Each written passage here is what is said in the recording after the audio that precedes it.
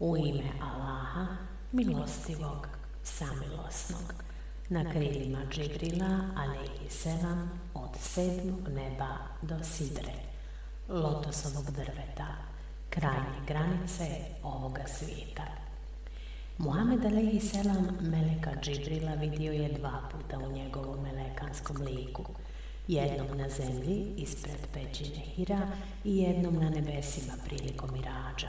Prvi put na zemlji to se desilo kada je Džibril alejhiselam zastao u zraku, na obzorju najvišem, to jest na strani odakle sunce izlazi, i raširio svoja krila prekrivši horizont, pa je poslanik alejhiselam pao u nesvjesno stanje, a onda mu Džibril alejhiselam došao u liku čovjeka, brišući prašinu sa njegovog lica.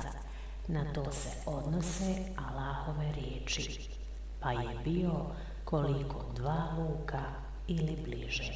Sura An-Nedžm, ajet 9. Drugi put ga je poslanik alejhiselam vidio na nebesima kod sidre, Sidretul Munteha.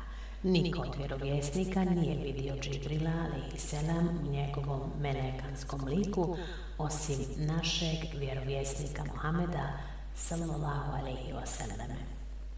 Džibril i Muhammed alejhiselam prolaze prostor od 7. neba do sidre. Džibril je tom prilikom poslaniku alejhiselam kao njegov učitelj pokazivao mnogobrojna čudna stanja ljudi koji se kažnjavaju, objašnjavajući mu zbog čega se kažnjavaju.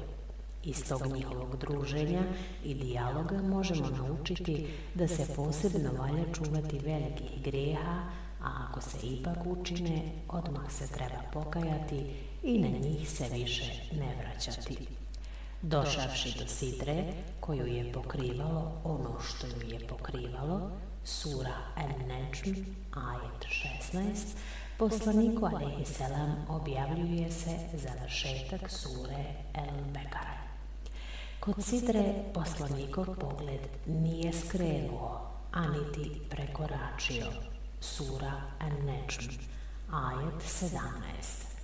Ovo je opis vjerovjesnikovog, sallallahu alejhi ve selleme, vrhunskog edeba, profinjenog ponašanja na ovom mekamu kod sidre, gdje su umovi zbunjeni, gdje noge posklizuju i pogledi naginju, jer on se nije okretao ni desno ni lijevo.